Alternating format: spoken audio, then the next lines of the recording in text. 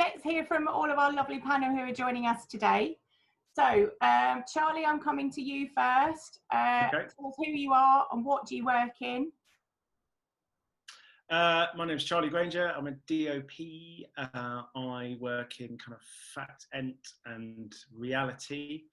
I've done things like Phone Jacker, Towie, Made in Chelsea. What else did I write down? The Big Flower Fight on Netflix recently. I do a lot of Jamie Oliver's cookery stuff. And I've been doing it for 24 years now. And I still love it, even though none of us are doing anything at the moment. Well, some of us. We're here now. Let's hear from Nick. So what you can't actually see is that Nick is not actually here in the UK. Nick, where are you? Well, I'm in Italy at the moment. That's where I chose to live after suffering London for 30 years or more. So I'm stuck here now, actually. But anyway, so my name's Nick Wheeler. I'm a camera operator, camera supervisor and DOP, and I specialise in music, live music, studio sessions, and I also own a crewing agency. Shameless plug behind. Thank you. Thank you. Hello, Jim. Hello. Hi there. Tell us about you. Okay, and my name's Jim Cameron-Jones. I am a cameraman who, at the moment, I'm just doing a lot of sport. In the past, I used to work for HTV in Bristol. I have done music and drama, but I enjoyed sport, and ever since I went freelance in about 1991, that's the way I headed, and it's been fantastic. Really enjoyed it. I've literally managed to travel most of the way around the world filming sport, and that's what I enjoy doing. At the moment, I'm camera supervisor of the BBC Snookers and the BT Rugby events. There you go. Lovely, thank you so much. And Kelvin, tell us about you. Which area do you work in? Hi, name's Kelvin Richards. Been working in this industry for, crikey, over 25 plus years easily. And background in documentary work. I mainly work in drama now as a DOP, and I've recently done In the Long Run Series 2 and Series 3 of Idris Elba, and also Chronicles of Hetty Feather, which is a children's thing, and a series called Apple Tree House, first, second, and third series of that. My background is I came through the camera department through Samson Film Services for about 4 years, and then worked through the grades.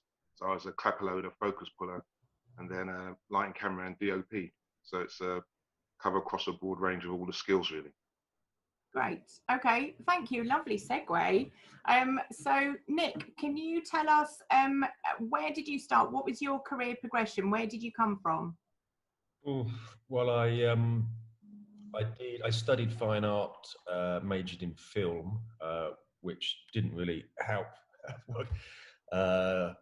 It's all right if you want to be an artist, but when I graduated from there, I moved to London. First job I got was as a trainee rostrum cameraman, foolishly thinking that would be in a way into live action, which it wasn't at all. And I did that for a year. One of my things I did was a Toys R Us commercial, the animated one with the giraffe. Maybe younger people won't remember that, but that was one of mine. And I had to quit in the end because it was a horrible job in a dark room. And then I was unemployed for 3 months or so, and I literally just got the knowledge out and pounded the streets, phoned people, and eventually I got in touch with a camera rental company where I met Kelvin, in fact, actually, called Tattooist, who rented Art-on 16mm cameras and Steadicam equipment. And the guy that was working there was about to leave, so I just happened to turn up at the right time. My interview was, do you know what a tripod is? I said yes, and they gave me the job. So I worked there for 5 years and utilised all the camera equipment, shooting pop promos and various stuff. And then when I left to go freelance, my very first job was as a clapper loader. Like Kelvin, I worked my way up through the ranks. So my first job was as a clapper loader on a promo for Jar Wobble. And when I arrived at the studio, the focus puller turned up and said, "I'm really ill. I've got flu. I can't do this shoot. Can you get a replacement?" And everyone looked at me and said, "Do you want a focus pull?" And I was like, "Yeah, okay." So I got promoted on my very first day as a freelancer, and I never clapper loaded. That's not that normal, is it? Not normal, no. No. Yeah, so I went straight into focus puller, and I did that until the end of the 90s, and then took the plunge and said, "I'm not doing this anymore. I want to be a cameraman," which is what I was always meant to be doing. I had a very tough year, and eventually, got somebody, a production company was shooting an REM video in a studio, and they really liked what I did, and so I ended up working for them, and they introduced me to other directors, and so that's how my career in music started, really. And then I ended up camera supervising, DOPing about 11 years ago, and that's it, really. That's where I am. And like Jim says, it's been great. You travel all over the world. It's fun. It's great. I can't think of a better life for myself. Just music's everything to me. So yeah, that's my little story. All right, thanks, Nick. So Jim, how about you? Oh, hi there. Yeah. Well, I left school with not very good A-levels. I wanted to be a cameraman. I applied to the BBC, and I went to this hotel in London for this interview. And I was a bit worried because I went in and there was just like a blank bit of paper in the room, and he started drawing physics diagrams. And I was a bit concerned that I had turned up for the wrong job. I said, "Is this for a cameraman?" But at that stage, it's fair enough, they were looking for more engineering type cameramen, because there was a bit more interaction with, if you're on an outside broadcast, you maybe have to tweak the back of the camera and stuff. So it wasn't for me at that stage. I had some pretty, I wanted to follow what I wanted to do, but I didn't probably have the ability to, the physics involved to get in. So I took some home tuition stuff. At the time I was selling double glazing. Sorry about this, I'm going off script, but and then I got the phone book and I phoned up every photographer in Bristol, and I got myself a job as an assistant photographer. And from that, I managed to get a place at Ravensbourne College, which was doing an HND course in film and television. I was luckily got onto that. And then halfway through the first year, they said, "Where do you want your work experience?" And I said, "Well, I live near Bristol." And they said, "How about HTV West?" I said, "That's amazing." I couldn't believe it. I thought I was going to get work experience in radio rentals. And they like opened the door to HTV West. It was absolutely amazing. They'd never seen someone under the age of 30 in the building. I got in the building and it was just like, wow, this is incredible. I've got to work here. So that was just lucky. It's just getting in the building. That's the crucial thing I advise to anyone. So I had to make lots of cups of tea. I managed to get a trainee camera job. And basically on my second day at HTV, I was operating on the news, which is pretty cool. You're just straight in there. They just bang, you're working straight away. Jim, can I just ask, when you said you were on the news, were you working in the studio? Oh, in the studio, sorry. It was all studio stuff. I was a studio cameraman at that stage, all right? And in the West Country, we did music, but it was like, it was the Wurzels and stuff. We still did music, okay? We did our thing. And it was a great background in lots of different types of camera work.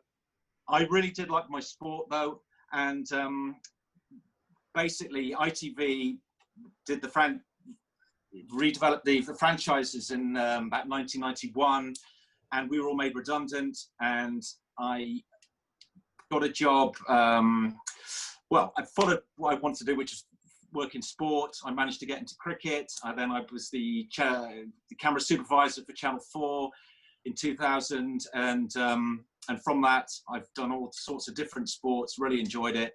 Along the way, I am the only cameraman that has broken off, the only non-professional snooker player that's broken off at the Crucible when my camera cable went across the top of the table and knocked all the balls.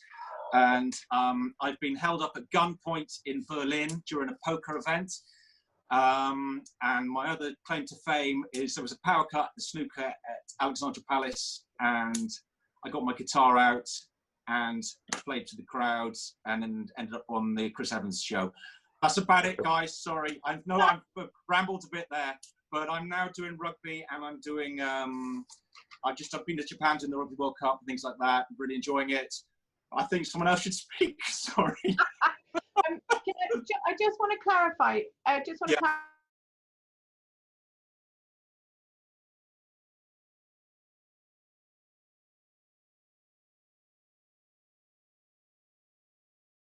And then when you got there, were you? Yeah, I did have a music career, which was going at the same time. Yeah.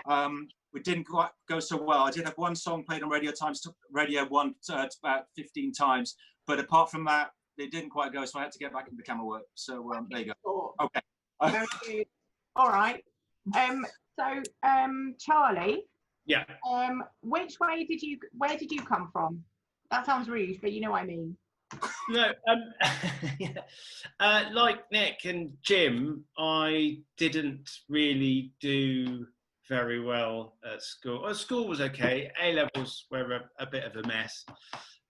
So I kind of mooched about for a bit, and then one of my best mates' stepdads was a cameraman, DOP, and he needed a runner on a shoot one day, and no one else could do it apart from me. Well, I was free, and I went along, and the shoot, why can't I remember the band? Squeeze. It was a shoot for MTV, filming Squeeze, somewhere in Camden, not at the MTV studios. And the company that was facilitating it were called Movie Screen. They were a tiny facilities company in Soho. And I got on really well with one of the chaps there, who turned out to be the kind of office manager. And he said, "Oh, we're looking for a new in-house camera assistant. Why don't you come and have an interview?" I said, "Yes, please." And got the job. And for just over a year, I worked there. We only had 3, you'll probably remember these boys, 400As. Do you remember the 400A? So it was a beta cam. So you put these huge great big tapes in. Anyway, we did all the MTV PSE stuff, so MTV News. I followed the Britpop kind of Blur versus Oasis era, and got to meet all my kind of musical heroes. Actually, it was a lot of fun. And then after that, I decided to go freelance because I was 22 and thought I knew better. So I went freelance, and I did a couple of freebie jobs on film sets, and then got in with a lovely camera crew, headed up by a chap called Raimi Adafarison, who's the most amazing man, gorgeous human being. And he got me on 2 big things. One was Band of Brothers, which was a huge HBO series, only as a camera trainee. And then after that... For anyone that doesn't know, that's scripted. Sorry? For anyone that doesn't know, that's scripted.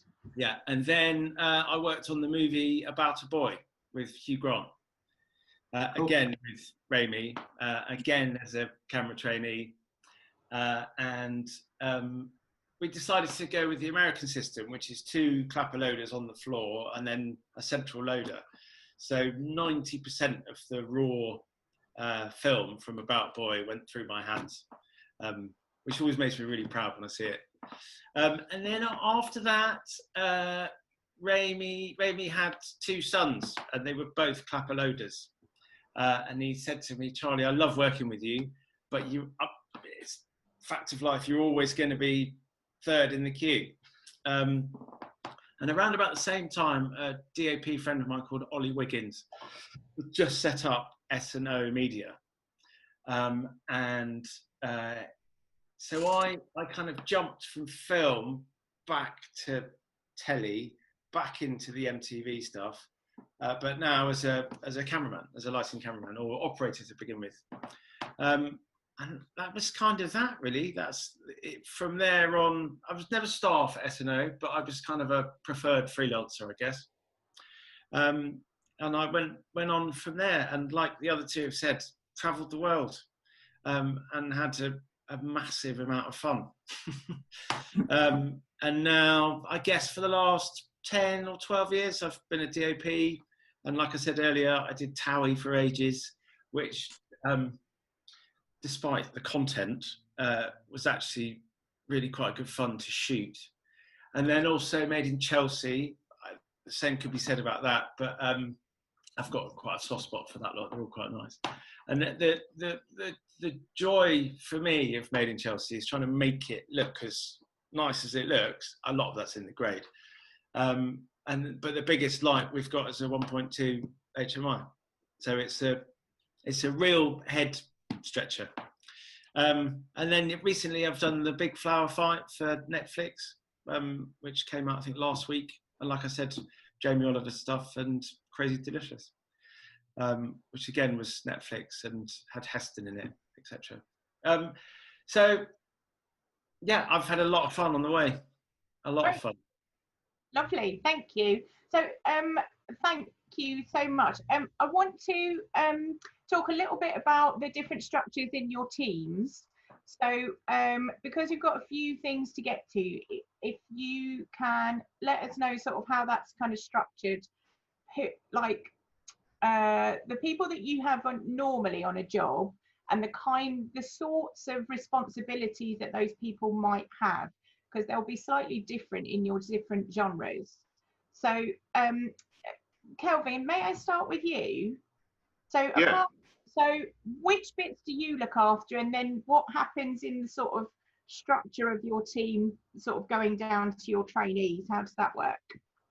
Well, in drama, whether it's comedy or serious drama, it's all drama. So the structures are basically the same. So the DOP is responsible for the lighting of the set or scene or whatever, and with him, he'll have obviously his gaffer, who then actually helps him achieve that in terms of how the lights are placed and powered and rigged and all the rest of it. So in the camera department, I tend to operate and light. On bigger jobs, you might actually have the DOP just doing the lighting and having a closer relationship, you could argue, with the director, and the operator is operated equally with a close relationship with the director. Below the operator, you'd have a first AC or focus puller. Below him or her, you'd have a second AC, which is a clapper loader. Slightly different, whether it's film or tapeless. And below that person, you then might have a trainee. Increasingly, you do have trainees on jobs now. Now, their roles are, I would argue, the heart of that structure of DOP, operator, focus puller, clapper loader, trainee. The focus puller, I would argue, is the heart of that, because on my jobs, I'm expecting that focus puller to be technically the most clued up on everything in terms of lenses, accessories, and what's available as well. I mean, obviously, I do my homework as a DOP, but sometimes you're thinking, well, actually, that particular lens, a master prime, this or that, what's the minimum focus? What's the maximum aperture? And you'd expect the focus puller to know that. So I would say the focus puller is the heart of that setup. Great. Okay. And if we think about because this is RTS Futures, and we're sort of predominantly we aim at entry level, so people who are thinking about getting in or don't have loads of experience. So the most junior people on your team being the trainees. what sort of things do you expect the trainee to do? Well, it's funny actually, because even trainees on jobs now depends on where they come from and how they get into the industry. Like for example, I left school and just tried to find any way to get in because I didn't know anybody that had gone before. So I would meet people in radio, in TV or TV studio and whatever, literally just knocking on all doors. And I was lucky that at the time I was knocking on a certain door at Samuelson's Film Services, which actually at the time was actually the largest rental company in the world. They had branches in France, UK, Australia, America. That was the best place I could have got in to learn about the equipment. And you know, and as Nick knows, you know, if he was based at Tattooist, you need to know the gear. So I would say, especially for the trainee, which is the entry level, you need to try and find ways, which I'm sure we're going to talk about later on, how to get in at the ground level. And I would say, for me personally, go to the rental houses because you need to know the equipment, even as a trainee, because I think unless you're doing like really big films, I don't think you can just turn up on any set and expect to learn from nothing. You have to be bringing something to that table and then developing that knowledge. And obviously, you know, we'll talk about going through the grades and how you move from one grade to the next grade.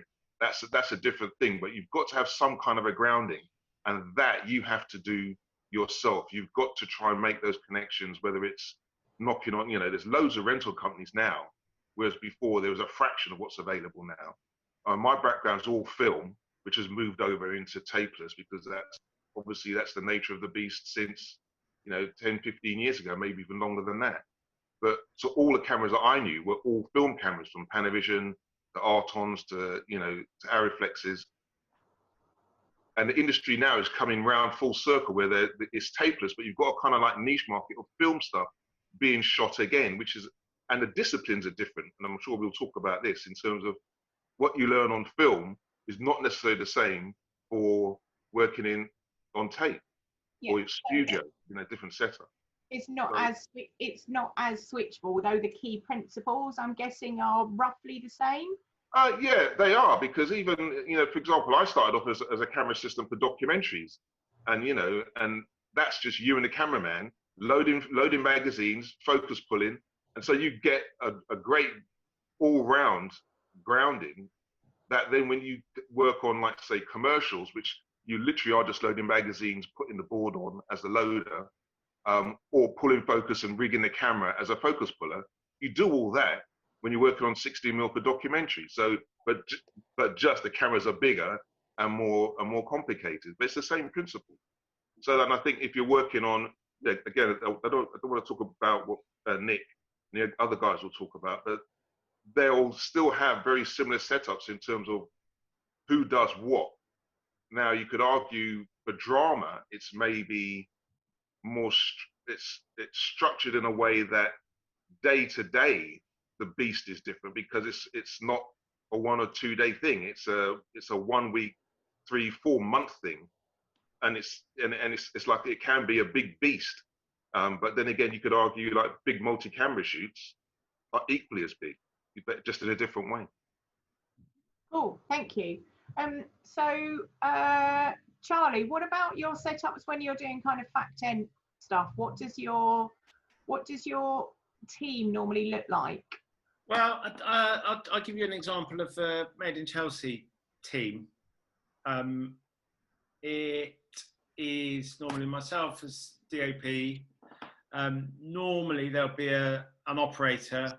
So it's 9 times out of 10. So Made in Chelsea is 3-camera shoot. So you've got DOP who also operates, got an operator who operates, and then they'll get the camera assistant to supervise the 3rd camera, usually a locked off wide or something simple. And then there is a DIT. So a kind of camera trainee / DIT, data, what's that actually stand for? Data ingest technician. That's the one. Yeah, that's that. So Made in Chelsea, the camera assistant and the DIT turn up in the van, and then myself and the operator will, get there separately, and then we set the scenes up, do it all together. As the DOP, I'll go in and discuss with the director what we're trying to achieve. And then the chaps or chapesses load in the kit, and then we all set it up, shoot the scene, and go, really. Okay, and what about lighting for you? On Made in Chelsea, it's all, we do it all ourselves. So it's me, the operator, and the camera assistant. And do you have an electrician like for big setups? Not at all. Sometimes if we do a big event, and there are lots of people, or it's a big space to light, then yes, we will have electricians. But most of the time, it's just us. Great. Okay. Jim, can I ask you the same? I'm imagining your setup might be slightly different. Yeah, I mean, some jobs that I work on, we don't actually have assistants. I've got to be honest. Say the snooker is just, we go in and it's just experienced operators, and it's one of those jobs where it's rigged and there is no need for an assistant. On the rugby that I do, we do have roles for more junior operators and more inexperienced assistants, if you like. There's one particular camera, which is the line-out camera, which we developed with BT, and basically people that are fairly inexperienced, and I've managed to mix it up, so we've got quite a good team now, would run up and down the line holding a pole at the line out, and it works really well. They would help with the rig, they'd help with the D-rig. We try and help where possible to give them experience in any downtime. And like the guy said, it's up to them to really make the most of it when they're there.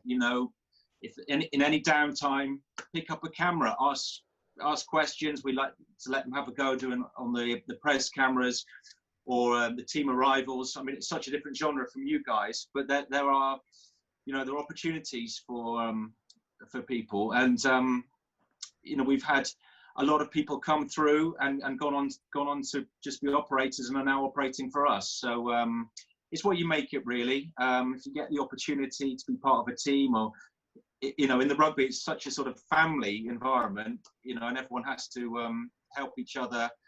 And it's that sort of thing that I think BT do actually employ technical assistants as well, who would be responsible for moving tripods and logistically moving gear to help us if we're working and we have to go to another location. But sorry, a bit of a ramble, but it's and not so your assistants, have they come through kit hire companies, or have they come through like BT Sport kind of mentoring schemes or something?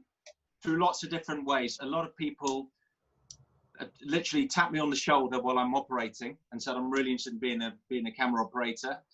And I said, sure, well, come out and, where possible, I'd try and give work experience. They'd come out, and if it all works out well and there's an opportunity, we give them a go. I mean, I think the classic example was when we're doing the World Cup rugby in Wales 4 years ago. And this young lad blagged his way into the stadium by pretending to be part of the choir, got onto the pitch. I'm not advocating you do this at home, by the way, but I'm just saying what could happen, okay? And he got into the stadium as part of the choir. He'd never sung a note in his life, managed to hop over into the crowd and tap one of our guys on the shoulder and said, I want to be a cameraman. He's now operating for us on the rugby. So, it's things like that. You make your own luck, I think. There's lots of ways to go. You can go to a college at Ravensbourne like I did, or you go to a rental company, and if you have an interest for it and you want to do it, you'll get there. That's what advice I'd give. Just don't give up. Just keep going. You'll get there. And everyone's got such a different story. If you talk to them, I talk to some people. How did you get into television? Well, my friend's cleaner's wife was and it was a cameraman or something like that. There's lots of different stories, and I think I went a bit off topic there, guys. No, but No, it's good. Okay? Really helpful. It's kind of what Okay. I wanted to know. Okay. Nick, before we come to you, I just want to quickly jump back to Kelvin. I didn't ask you. Where do if you need an assistant or you've got space for a trainee, where do they come from? Like, do you take them from rental houses or like from Screen Skills or Nick, I'm coming back to you, but I forgot to ask Kelvin. So where do your scripted trainees come from? It's funny actually, because the last couple of jobs, the actual trainee has come via the production company, and that's because Skillset or Creative England have this scheme now where Yes, so that's the film trainee. That'll be the HETV or film trainee finder program. Exactly. So that's actually as an initiative and a pathway for those individuals that are lucky enough to get on there. It's a really good way of getting those individuals guaranteed work for a period of time, and they're subsidized, so they're getting some kind of a wage. Yeah. Normally, obviously I get emails sent to me occasionally, but there's not much I can do with that, because I would always try to tell them to go to Facility House first, rather than saying, oh, come straight onto a shoot. What tends to happen is my first AC, my focus puller, or my loader especially, will always know someone that they say, oh, well, actually, would you mind if I brought this person who they know has had some kind of experience already, and they'll try to get on. And I've got no real qualms as long as they're nice people and astute. And obviously, we'll talk about, what we're looking for in people when they come on the floor. That's a different conversation. But really, you trust those people to maybe bring other people through. And then if I then meet that person, I'll then say to other cameramen or DOPs, oh, well, have you thought about using that person? They're a nice person. They're a good person. They're on it. And it kind of works from there. But I don't actively go out and fish around for trainees. I think the main thing is I will always direct trainees to go to rental houses to learn the kit first. Right. And okay. then come out. Because that's just, I just think that's the right to do it. Good. So Nick, what's the structure in stuff that you're normally doing, sort of for your big music events, and then can you tell us also about who do you normally have in your team? What do they do?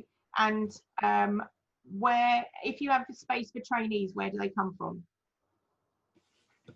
Right, well, I guess it's kind of similar to Calvin, really. If you're doing a live music gig that's maybe going to go out on DVD or to cinema or something, I'm still kind of using those high-end cameras and those high-end lenses, kind of similar to the structure that I was used to in the 90s when I was working on film. So if I'm DOPing, for example, my responsibilities will be to balance the lighting, maybe to bring in audience lighting, to make everything compatible for television. And I will be working with the director and the lighting director. So when I'm actually on the shoot, I'll probably spend most of my time with the lighting director. And I would have a camera supervisor below me who I can go to say, okay, this, I'll have already done the camera plots and where the lenses are going and on what platforms and what grip equipment is being used. And then I would rely then on the camera supervisor to make sure that that's all in place by a certain time. And the camera supervisor, the operators will come on, they'll have a look at their different positions and check out the camera and the shots, and they will have a focus puller below them, and then there's a second AC below them. So the second AC is supporting the focus puller is supporting the camera operator is supporting the camera supervisor, and the camera supervisor is supporting the DOP. So that's kind of how the structure works.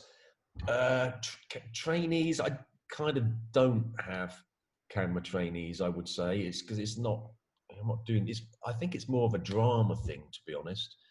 Kind of have runners, I suppose, which are attached to production. So you don't have a sort of space for cable bashers or anything? Usually the second ACs will cable bash, or maybe a runner. I mean, I know I've been trying to help my nephew who's trying to get into the business after coming out of college, and I've been able to get him runner work, but I haven't. You know, you kind of need, yeah. I mean, I agree with Kelvin that, you know, I came through camera rentals, and I think that is a solid way of getting into the business, because when I was in camera rentals, obviously all the cameramen would come in renting cameras. I got to know them. That's how I was able to go freelance in the first place, because I knew there were guys there who were going to employ me. And also if you're in camera rentals, they will farm you out as a camera assistant. So you will actually have a chance to go on set. And that's something you can't learn by being at college. Being honest, there's a certain way you conduct yourself, I guess, on set. And I think until you're actually there and see how things are working, it's something you can't really learn out of a book or at college. Right. So I think that's quite important, having that experience, working with other people, and when not to say too much, when to say something, have a sense of humour, you know, be positive. Yeah. I want to ask if that's the same for everyone. That's a really nice segue. Thanks, Nick. What kind of things you expect from people that are working in your team, particularly juniors who may not have, if you have room for them, may not have that much experience, but what kind of, apart from technical knowledge, what kind of key skills or character traits do you think makes a good teammate? Jim, I'm going to ask you. Yeah, it's definitely about getting on with people, being comfortable in the environment, you know, all the different stadiums, and you're basically working with a team of people. You have to be able to get on with people. You're going to spend a lot of downtime with having a cup of tea. So it's about, like Nick was saying, don't say too much, don't say too little. You've got to try and gauge it right. You know, don't upset people. Don't ask too many questions. It's just trying to fit in, just feeling it. Can I just mention one thing about being a runner? Sorry, yeah. which I meant to say. The other advice I would give is, if you're going to do a job, just do it as best as you can. All right, because we had these runners on the cricket, and some of them have been absolutely brilliant, but there was one guy who really stood out. One part of his job was to come around and deliver food to us, believe it or not, because we're on the cricket for a long day. We can't get back in time. So, and this guy was just absolutely amazing. He had a spreadsheet on his phone. He was writing down all the menus. We didn't have to ask him. He'd come and deliver coffee. He'd come and he'd know what we want. Now that guy, we then got him a job on the BT Rugby, and he is now head of cameras at Timeline. His name's Adam. So it just shows you, just do the job the best you can if you get that opportunity. And it's amazing. People will notice. I'm just going to say, for anyone that doesn't know, have a look at Timelines. They're an OB company. And I know that they do have, they have some sort of version of apprenticeship thing. So I think they have them for engineers, and they have them for a few other different disciplines as well. So they take you on, I think, I'm not sure if it's graduates only or it might be graduates and non-graduates, but it's like a 2-year program or something. Or they certainly were doing it anyway. And that's kind of working with them in their trucks, like out on events and stuff. So it's definitely worth looking them up. Can I just follow up on what Jim said? My brother-in-law was a runner at a sound post-production house in Camden a few years ago now. And there were a bunch of them. And it's the same thing about attitude. He would, when he finished all his running jobs, he'd do things like sweep the drive, you know, he really put a load of effort in. And now he does post-production sound on the Mission Impossible films. That's pretty awesome. So it's like Jim said, you've just got to, it is going to be hard work, and it will be crap sometimes and horrible, and you'll be out in the piss rain and God knows what. But sense of humour and the right attitude. Sorry, I've segued and hogged this bit. And the only other thing I'd say, just be on time. Oh, yeah, that's right. Yeah. It's so easy. It's so easy. But you have to be early, because if you arrive on time at your call sheet, you're already late. You've got to be ready to work. Yeah, yeah. I mean, I'm always half an hour early, if not longer. I'd much rather spend half an hour having a cup of tea and a natter with the people you're going to be working with, rather than just some space. Yeah, rather than Go, Nick. Can I just say that I think the overriding thing, probably for all of us, is a film crew is primarily a family. Yeah. You know, we're all mates. We all know each other, and you've got to find some way of fitting in. Sense of humour, all the things that Charlie and Jim said as well. Yeah. We're a family. And there's no space for attitude, especially not from the bottom. Absolutely. Up. I mean, you know, I've had a camera trainee sort of suggesting how I like something, and I'm just like, what? You know, I was never going to work for that guy again. Yeah, and that's a good point. If I could just jump in for a sec, I know that especially when you've got so many film courses, film school, National Film School, all the rest of it, London Film School. If you come out of the film schools as thinking that you're a DOP, then go to try and be a DOP. But don't come out and be a trainee or a capoloader and still have aspirations to be a DOP at that time, because really you've got to do the job to the best of your ability, which is to be a trainee or a second AC or first AC. Concentrate on the job you're doing at the time and use it as a stepping stone to where you want to get to, and not really be on the floor, as Nick says, suggesting, well, if I was doing it, I would suggest to do that, because that's not what you're there to do. You're there to support the rest of the crew. And I think there's a lot to be said for that. You know, just do the best that you can do in the job that you are doing. Good. I would say exactly the same, actually. And something that always, because I work in Fact Ent and Ent mostly when we have work. So often what will happen is my supervisor will say, can we have an assistant? And I'll say, yes, I have budget for you. Who do you want? And if they don't know, then I'll say, okay, well, are you happy? We'll get someone through the kit rental company, which usually is acceptable. And then I'll always want to know how that went. Was that person acceptable? Were they a good fit for your team?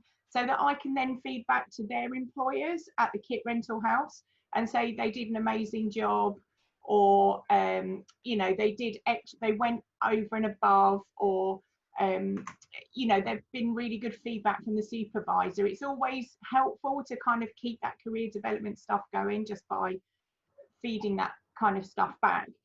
Equally, if somebody has been terrible, as in they've been late, they've been lazy, they've had a bit of an attitude about what they've been asked to do, we'll also feed that back too. So I'm totally with you guys, but from the other side of it as well. Okay, so we've got sort of 10 more minutes before we go to Q&A. So really quickly, I think we'd like to look at what we think work might look like when things are starting to open up. So I know that some of you are already getting calls about about new projects. So does anyone want to jump in with what they think it might look like in their world? Well, I know sorry. No, after you, Kevin. So I'll just jump in first, just for a little.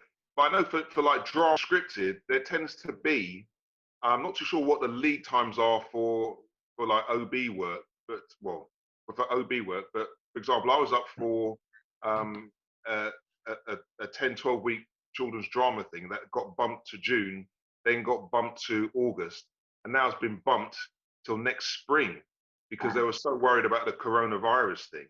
So, and that's you know, also about availability of actors you know, children that didn't want to take the chance of shooting in possibly the failing light in the autumn.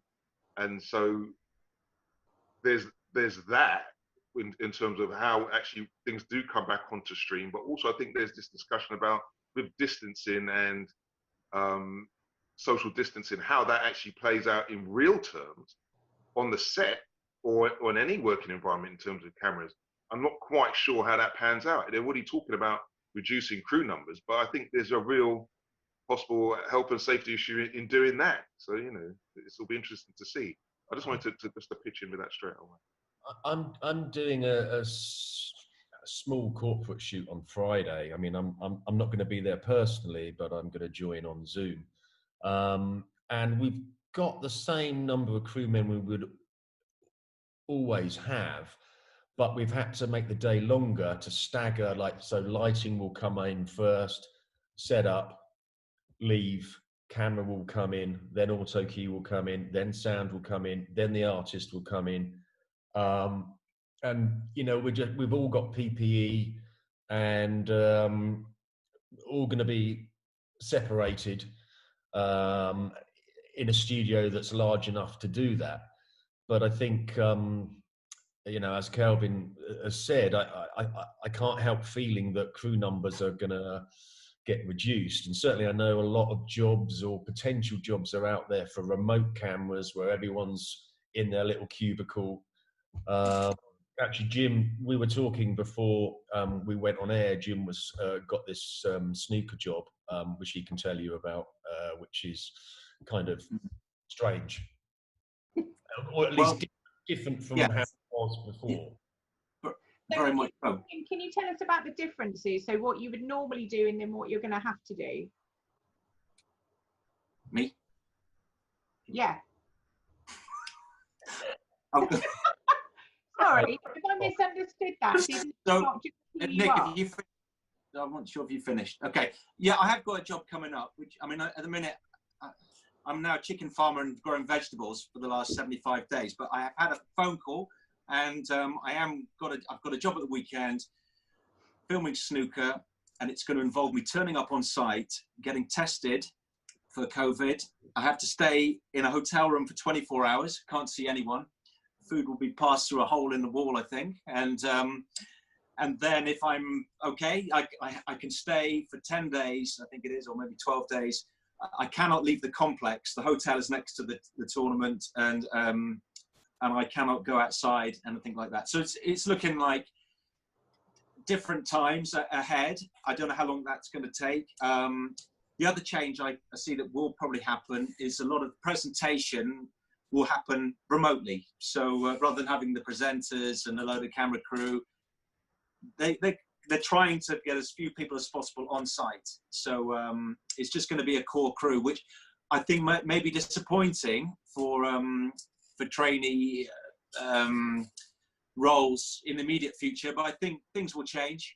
But definitely the next probably 6 months could be quite rocky. I mean, I work in sport. You can tell that it's in a state of flux at the moment. No one really knows what's going on.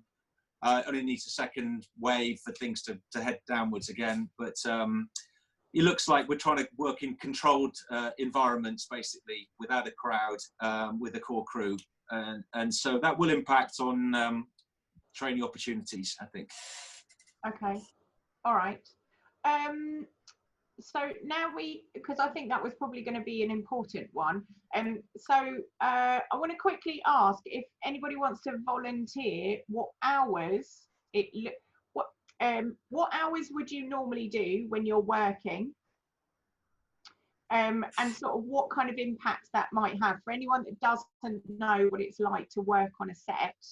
Kind of what time might you kind of expect to get there? How long is your day? How many days might you do? That sort of thing. Charlie, do you want to contribute to that? Yeah, can do. It's normally a 12-hour day, much to my distaste. Can you explain to everyone what a 12-hour day means? Yeah, so it's normally 12 hours on location. So you'll have to get yourself there, wherever there might be. So if it's out of the centre of London, then you might get some travel time the day before, perhaps. But so a shoot in the centre of London will be normally 7:30 to 7:30, give or take, with an hour break in the middle for lunch. And that could be for 5 days, 6 days a week. Just thinking back to Made in Chelsea, I'd leave home at about 5:45 in the morning, and then get back at about 9:15. So it's a slog. But like the chaps have said, it's family, it's this camaraderie, and it's a laugh. So you know, you put in the hard work and reap the rewards, I think. And for Nick and Kelvin, if you can remember back to your days working at kit companies, if you were the assistant that was going out with the gear, I'm guessing you'd have to leave even earlier, because you might need to get to your place of work, load up vans, then drive to location, and then at the end of that 12-hour day, load up the van again, drive it back, unload it into the warehouse, and then get home. I think. Sorry, Nick. Go ahead. Go ahead, mate. Go ahead. Well, I think it's kind of depends on your grade as well. What like what you're doing. Are you a second AC and a focus puller? I mean, they will turn up on a job probably before a camera operator does, for example. I mean, basic days are like a minimum 10-hour days, and then overtime is up to 12, and then it increases. I mean, I know back in the 90s, I did so many pop promos as a focus puller, and those days were just like 18-hour days or something. I mean, they were just insane, and you'd just get back blurry-eyed and then get up and do another promo the next day. So it kind of depends. I think it depends on what grade you sort of work as. But I think most producers, at least what I do, try to keep things down to a 10-hour day, so they don't have to pay any overtime. Because after 10, you've got to pay overtime, and an hour's lunch is included in that 10 hours. Okay. Long show. And Kelvin, you were going to add something to that. Only I was about to say, obviously, when I was at Sammy's in the camera department, we was just putting the cameras, and obviously the crews would come in. But if you're on a drama shoot, once you pick up the kit, you tend to have the kit. So, for example, it's not returned back to the rental house every day, but you go back to production base, basically. So, the stuff would be a production base where you've got security overnight, but you'd still be working possibly 12 hours on camera. And that's the difference. Obviously, you've got a lunch break in between, but your days on drama are long. And then you do have, obviously prep time before in terms of rigging the camera, so it's ready for on-camera start. And at the end of the day, de-rig of camera at the end of the day, and possible maintenance that you've got to do, getting ready for the next day shoot, of which it might be a 1 week, 3-4 month shoot. So it's a lot of hours. I mean, it's good fun, and I wouldn't do it for anything else. But it can get hard, make no mistake. And I think you do have to have that stamina, to be honest, and also that discipline to not let your standard drop. Because when you're halfway through a shoot, or more to the point, the last couple of weeks of a long shoot, you still need to be as good as day one. So it is hard. It is hard. And do you ever do in drama? Do your things ever have do you do a continuous day ever? I've not had, but I know that they have split days, and obviously, so they'll start late to go and do a night thing, and that can throw. Funny enough, it tends to happen on the bigger dramas, actually, because I hear a lot of my mates that are doing bigger dramas that have a lot of split days, and that can throw your body clock out, because obviously you're working odd hours. But I've personally not actually had that. So I've been very lucky, because especially the last couple of summers, I've been doing a lot of children's dramas. So because of children, you've got set hours. But they're a bit kinder, aren't they? Generally, sorry? They're a bit kinder when you do kids' days, because you have to be so specific when you've got kids on set about what hours they literally do. Absolutely. But say for example, in the line was actually pretty straight. We had late shoots, so it went into night, but just in terms of night in the sky, not necessarily night by the clock. So we were finished by about 10, 11 at the latest. So that was still within a workable day. We started a little bit later, maybe about 1 o'clock, and we went through to about 10, 11 o'clock. Okay, good. All right. So we're going to go to Q&A, but before we do, could you give us a tip for impressing an HOD if you were just starting out and you wanted to get work, whether that was contacting someone to see if you could get some work experience, or whether it's trying to get a job that's perhaps a little bit more stable, perhaps in rental house. Anything that you think would be a good tip for people to know that perhaps you didn't know when you started. Jim, I'm going to ask you first.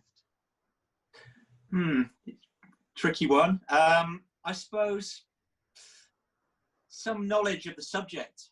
If you were going to ask to have a role on the rugby or something, if you had a knowledge of the subject and came in from a slightly different angle, showed us that you'd done some research, you knew who the camera supervisor was, or who the director was, or you could say, well, I really love the coverage because you do this, or the use of high-mo cameras, super slow-mos. There's some really artistic work in sports, and an appreciation of what we're doing, I think, would go a long way. So an empathy with what we're trying to achieve, and that may come as an email or whoever, but I think that would get you a long way. A little bit of research. Okay, Charlie. Tricky one, but I completely agree with Jim. Actually, there's no point in saying, "Oh, Charlie Granger, you're a DOP. Oh, can I come and work for you?" And if you've got no interest in what I do or what the subject is, I guess if you went to Jim and said, "Can I come and work with you?" and Jim said, "Well, do you know about rugby?" and he said, "No, I hate rugby. I'm more of a football person." I was going to put him off. Yeah, that's not going to work. You need to bluff it as well. Sorry? You need to bluff it. I've been offered work. Have you filmed ice skating? Yes. Oh yeah, I've done that. And then you go away, and then you research it, and then you go. So you just got to use your head. You've got to be a bit savvy. Sorry, Charlie.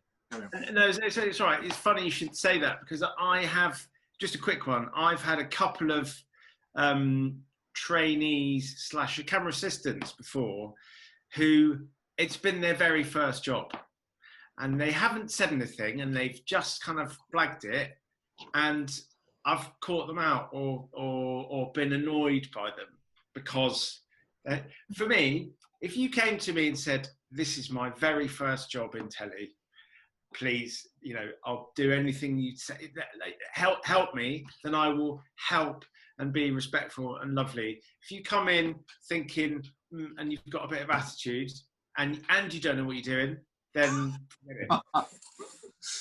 yes, I can see Kelvin nodding. It's just it's the same with anyone on a team. I've made in Chelsea, we have researchers and runners, and I've caught so many of them out. Just tell me that it's your first job, and I'll be as accommodating and as lovely as possible.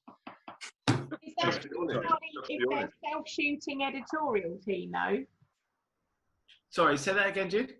Is that true if they are self-shooting editorial team? No comment.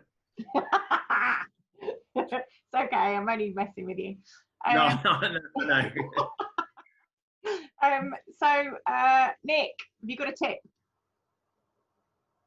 Well, I'll be brutally honest. I have had quite a few people getting in touch over the years, asking if they can shadow me to learn about lighting and stuff. And the thing is, I think our jobs are incredibly stressful. And the last thing I want is some person I don't know over my shoulder, like questioning me about something, because I don't have time. So I'm sorry about that, but that's just the way it is. We like your honesty. But if there is a trainee or a runner or something on a job, then like we've said earlier, you just want someone who's going to come up to you and go, "Oh, look, I've made you a cup of tea. Do you have any sugar with it?" And if they don't want it, fine.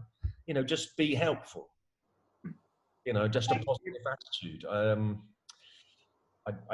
It's a really difficult question. I know before we did this, I knew this question was coming up. I haven't really got any answers, to be honest. So that's fine. It's absolutely fine. I'm either going to like you. You're going to make me laugh. You're going to tell me a joke. You know, I'm going to like you as a person straight away, or I'm not. You know, and that's. So, sorry to interrupt. Somebody once said to me, "Is 70% who you are and 30% what you know." Absolutely. Yeah, I would agree with that. Sort of. Yeah.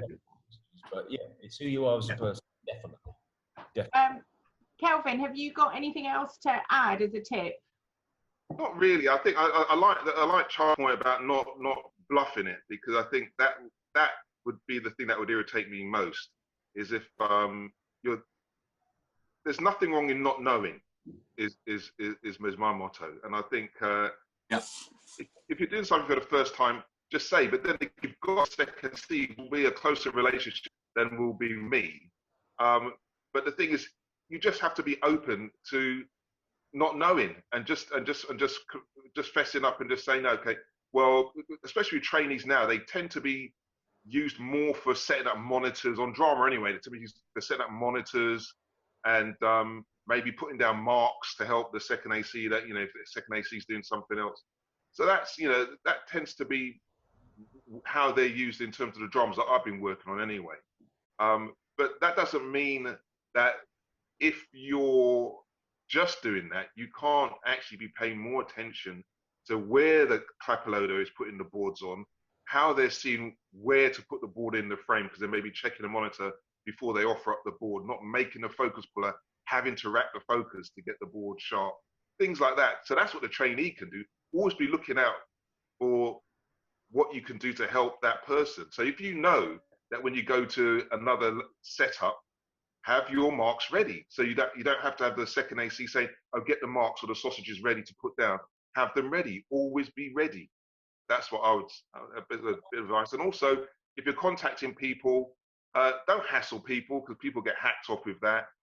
So time it. Maybe do it once or twice a year, but hit the same person 5 or 6 times. You know, spread it out, because people know what this is about. We're all in the same gig, but you never hassle people. Just be aware of approaching the same people too often.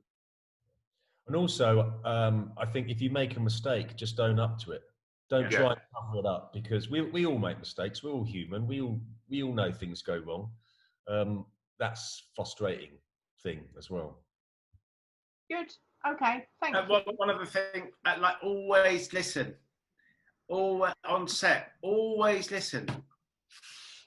I mean, and never be on your phone. I've worked with a couple of assistants recently who just not really listening, and they're on their phone like that. I shouldn't have to turn around and say, "Can you come and sort this out, please?" You should be right there, ready to do it. I had a trainee, and actually thinking about that, I had a trainee on it recently, and we was inside on doing studio work. Every time I went out to the toilet, he was always on his phone. Yeah. And I'm thinking, if I'm going out for a break, because I'm literally just leaving the set to rush to the toilet, why are you always outside? You're not inside on the set, just being of some assistance to somebody. So it's, you know, it's little things that irritate usually. Or also, you go away and you come back and you find out they were on the camera, looking through the camera. That happened to me a few times. It's like, why are you messing with my camera? I had that set up. Yeah. That for a specific reason. Don't practice on my camera. Unless you've been invited. Just violated. Okay, so let's. We've got some questions that have come in, so I'm gonna try and take a mix of them. So thanks everybody for. Some people sent them in advance. Some people have done them in the chat. Some in the Q&A. Have literally coming from all sides. So what I'll do is I'll try and pick some stuff that we perhaps haven't covered yet, and we'll give that a go.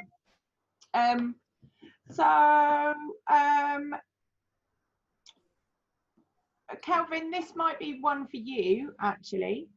Do you think there's any good ways that you can suggest if people have already been working in the camera teams but in different genres and they want to come into scripted? Have you got any words of advice how somebody might do that if they're sort of struggling to make that leap?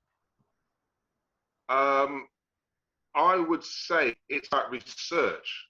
Look at TV credits, see the people that are working on those kind of productions, and try to introduce yourself to those second and first ACs.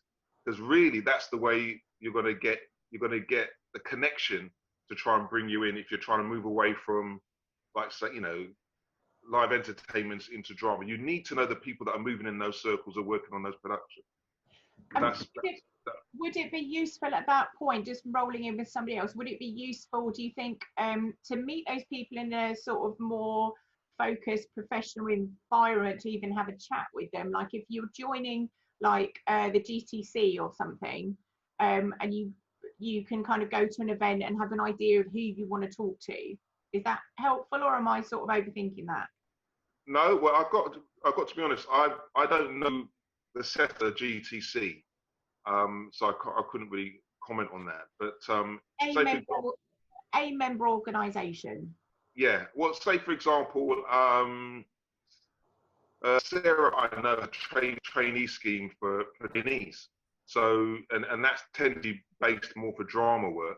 So that would be a good place to go, and also possibly a good networking opportunity as well. And the guild, the GBCT, again, I think they have some kind of get-togethers. That would be a good way to do it as well. But you're right. I think you need to rub shoulders with the people that are doing it as another way. Contact if you can. Exactly. That's, well, yeah, if you can, because obviously a CV only does such. Then the circle of contacts that you make is a gradual thing.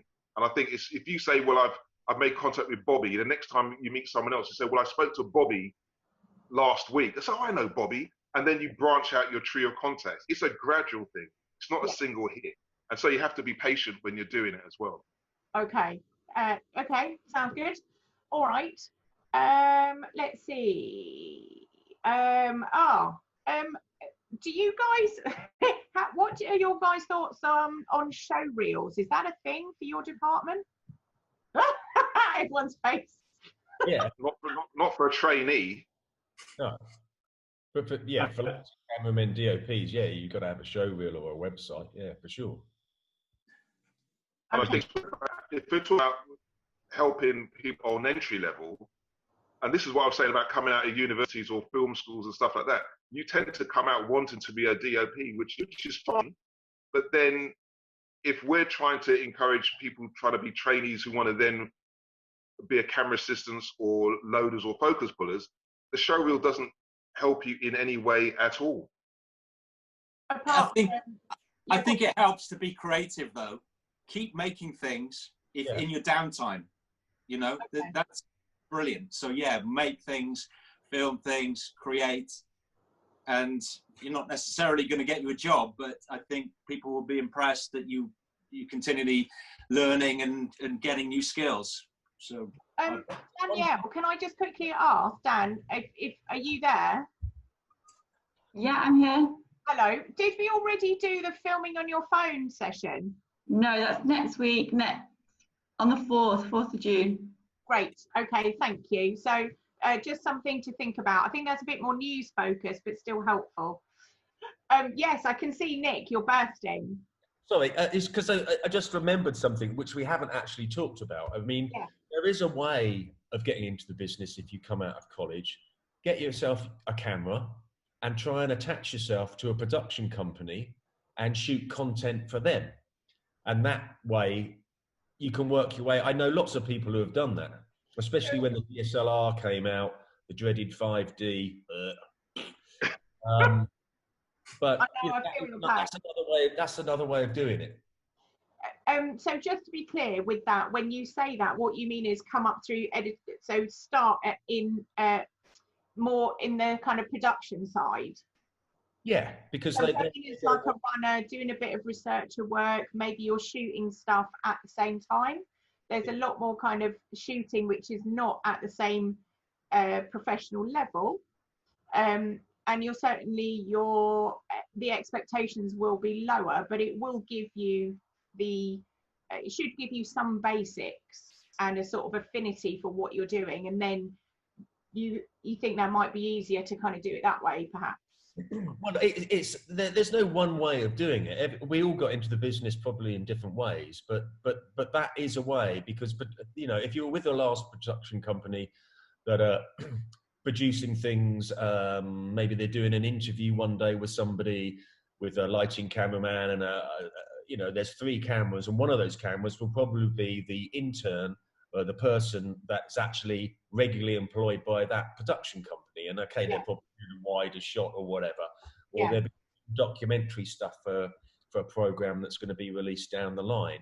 So if you can get your foot into the door with that, that's another way in. Because that is my world. If you can get in working in a development team, because when you're working in development, you are putting little bits and pieces together because you're trying to get a commission, you're trying to get a sale out of it. So a lot of the time you're doing like a proof of concept, or you're doing a casting tape with a performer or something. So there is much more opportunity if you're attached to the development team a lot of the time to be able to do a little bit of cell shooting, and sometimes if you're lucky they'll also send you on little courses to help with that. Okay, thank you. So okay, prospects outside of London, are we mostly looking at scripted for that, do you guys think? Well, I know a lot of work actually moved out of London to the regions, drama-wise, a lot, to be quite honest. Yeah. And, you know, it's going out to Manchester, Newcastle, Wales, Bristol. And as a result, facility houses are starting to spring up there. So the opportunities in those regions for creating their own crews is growing, obviously, because it naturally has. So yeah. So Yorkshire seems to be particularly strong with kind of facilitating stuff in the Yorkshire region for scripted stuff, I think. So and I know that they've got a few little kind of trainee schemes and stuff like that. I'll put them on the resource later. Okay, so let's see what else might be really good. Okay. Oh, okay. So does anyone want to share a couple of things, the kind, when we've talked previously about prep, when you get to set and you're prepping, what sort of prep do you mean? Does anyone want to share like the specific kind of tasks that might be? Well, just for drama, prep tends to be anything between 2 to 5 days of sorting out lenses for cameras, making sure everything's working. But the prep on set tends to be literally just physically building the camera for the upcoming shot. So it depends on what you mean by prep. Prep for the shoot, which could be, you know, say a drama series, is more involved than just a single day. You're building the camera. Of course. It's just a one-day thing. Of course, I get you. Sorry. All right. Let's try a different question, because actually I've realised that is quite broad. I'm just taking it from the floor. Okay, this is an interesting one. At which point do you graduate from, this is from David Conroy, so at which point do you graduate from being a trainee to a DOP? Oh, that's a. Do you decide, or do you think that you decide? How do you move up? Well, you either get an opportunity, you know, maybe you're a focus puller and you get on with the director and he asks you, this has happened many times, oh, you know, do you want me to shoot, do you want to light this promo for me? And you get that, that's one way. It's just getting a break, really. But, you know, it could take years. I mean, it took me, I don't know, 10 years, I suppose, from when I first started. Yeah. become a cameraman. If we're making stuff for TV. There was just something I wanted to pick up what Kelvin said earlier. Is you were talking about people coming along thinking they're a DOP when actually they're a trainee. It's one of those industries where you just have to do it. You can't. Nothing beats experience. Yeah, nothing beats experience. And like Nick said, you'll get an opportunity maybe as your first trainee job, and then after that your first camera assisting job. I remember one of the hardest jumps for me was from assistant to operator, because it's a massive jump, and how you frame a shot is can be very subjective. I think the four of us would probably all do it differently. So probably do it best. Just to follow on from Charlie in answer to the question, I think how you move up, it tends to be, I know when I went from loader to focus, I think it's when you were prepared not to earn any money while you were calling yourself a focus puller. That's when you knew you'd left the old grade behind. In terms of moving from focus to, like, say, operating or lighting, on dramas, actually, funny enough, they pull out a second camera quite a lot now. And if you've got a relationship with your DOP, chances are he'll put you on that second camera. And then what happens is your loader then goes up to focus on the second camera. So that's what happens. It's like a organic type thing. Yeah. If you're lucky enough to move around as family, that happens when you get a lot of work. If you can string a lot of work together, then you know the people that you're working with, and everybody move up. Or it can happen by chance sometimes. You turn up, someone's gone ill, and it happened to me. I had the opportunity, I've just been doing a press camera on the rugby. You're doing the main camera, you're doing camera one. I'd never done it in my life, and it's like, I was ready though, and it all went good. So sometimes it's luck. Things happen. It's a journey, and somewhere along the way, you're going to get an opportunity and you take it and enjoy it. As we all have, I think. Good. Okay. I think we might have time just for one more thing. Let's just see if there's anything that, oh, I know. Tell us your favourite thing about your job. Okay, it's doing something different every day. Great. Nick? It could be the same if it is the same. For me, it's hanging out with my mates, and getting paid actually to work with a band or go to a country and hang out with my mates. It's fantastic. And get paid. So look, and get paid. That's a very, very important point. We haven't actually really talked about money. It is important to get paid. This is a job. It's not just art. No, and don't cut your rates to get the job. Because it makes us. Oh, yeah. You won't win any friends doing that. Jim, what about you? What's your favourite thing? To be honest, I've really enjoyed listening to the other guys, because it's not a genre I'm used to working in. I've found it absolutely fascinating. But I would champion sport as well. It's a very creative environment. It's so challenging. We've got super slow-mo cameras, high-mo cameras, and the coverage of sport has evolved exponentially since I joined. It's just been amazing. The chances to be creative in covering sport are massive now, and you're not just following a ball. It's a really challenging, fun environment to work. I absolutely love it. Working with a family that we have travelled loads of amazing places, and my tip would as well, just if you're going to do a job, just do it as the best you can, and you'll never go wrong. And that's what I would do. Just enjoy it, be enthusiastic. I love my job. There you go. Wow. Can I add one little thing to that? Sorry. Yeah, I completely agree with you, Jim. In 25 years of television, I can count on one hand the amount of people that I've met who were absolute, you know what. The rest of them have all been great, you know, and I don't know how you get, how do we get that in an industry? I think it's, you know, similar mindset, etc., etc. Yeah. Well, also as well, because everybody wants to get on with everybody, so you know You're all pulling in the same direction, aren't you, to achieve the same thing? It's a team, and eventually a family.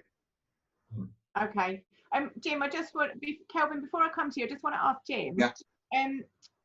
Am I right in having the assumption, I've always thought that kind of new technology, new kind of technical kit always seems to come through sport first. I don't know whether it's because they have the cash to develop stuff or they're just a bit more adventurous, but it always seems that the exciting toys always come through sports first.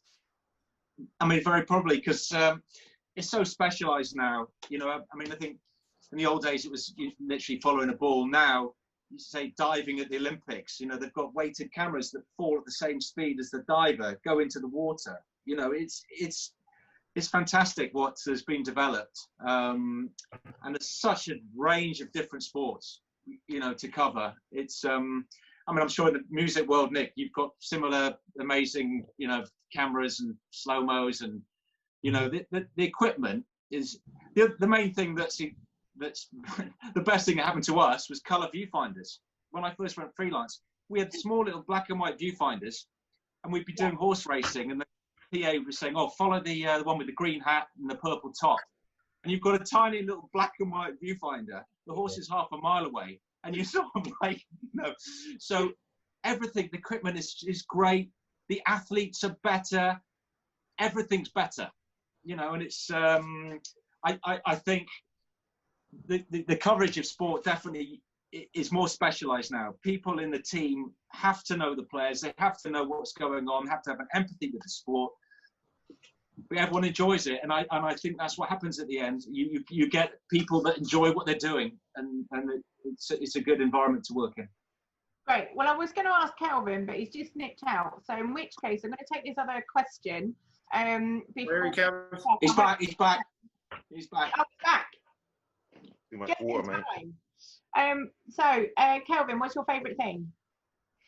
I think it's just to be creative, and I think, you know, it's funny actually how, you know, we talk about family and friends, but at the end of a long job, even funny enough, some of the nicest jobs, and Nick will know this, is when we get to do a multi-camera job, you're meeting other DPs that you've known for years, and it's the only time that DPs, not just operators, but DPs are operators for that job. And you know, if you do like, we did a Madonna job years ago, it's just like about 20 odd DOPs were there, and that you've not seen for years, and yet you've got a history of people that go over 15 odd years, and it's actually a beautiful thing. And if you're doing like a drama, you know, like especially with me, for example, at the end of that job, we're all busy mates, and you know, and you're still trying to keep in touch with people that I worked on a children's thing, Hetty Feather, 5 years ago. I'm still in touch with people now, even I'm not working with them. And so it's a great place. When it works, it's a great place to have these working relationships that are like friendships. Yeah. That's the positive thing, and to be creative as well, to be honest. And that's the challenge for me, is to be always trying to be creative under the pressure that you are on set, but you try your best. Brilliant. Thank you so much. I feel like we've taken so much of your time. Thank you, everybody. It's been wondrous talking to you. Thank you so much for giving up your a couple of hours for us. It's been awesome. Thank you very much. So that is it, ladies and gents. Thank you for joining us today. Before you all disappear, I have put together a little thing for everybody to share. So I'll let me see if I can share the screen for it. Bear with me 1 second. So it is called a Padlet. So I'll put the link for it in the chat box, but I'll just show you how this works. If you've not seen one of these before, it's a bit easier to do from your phone, actually, because there's a lot of information on here. But if I just show you, so across the top, we've got lots of different topics. And then I've put a bunch of links in there that might help you to learn a little bit more about the camera department for TV, and a bit more about what people do, what the job's about, that sort of thing. So if we take, for example, how this works, so if we look at the profiles and job descriptions, you can see there's a little sidebar here. When it's on your phone, you can just scroll it with your finger. So I've put a few bits and pieces to get you started in here. And then also it goes this way as well. So there's quite a few little bits in there. So you can see how that all works. So I will share that in a second into the chat box. If anybody wants to, yeah, if you just want to hang around while I'm doing that, and then you can copy and paste that out. But I think that's it for now. So I'm going to thank you again very much for joining us, gentlemen. It's been an absolute pleasure. I'll let you know when it's up on the YouTube site in case you want to share it with anyone. And I shall bid you good afternoon. Good afternoon. Cheers, guys. Thanks, Jude. Thank you so much. I'm going to stop the share now. Good, Jude. Good, Charles. Okay. Good, Jude. Hey, look after yourself. And you guys, Okay. thank you. Have to meet up sometime in different genres. Yeah. Right, let me see if I can put this in the box now, because there's me being all slick, but actually I'm not that slick. Yeah, it was a good one, Jude. Nice, thanks. Thank you. Thanks for having us. Nice to meet you, chaps. Yeah, I found your stuff really interesting, guys. I really did. It was great. Oh, Nick, give us a Nick. Hey? Give us a job, mate.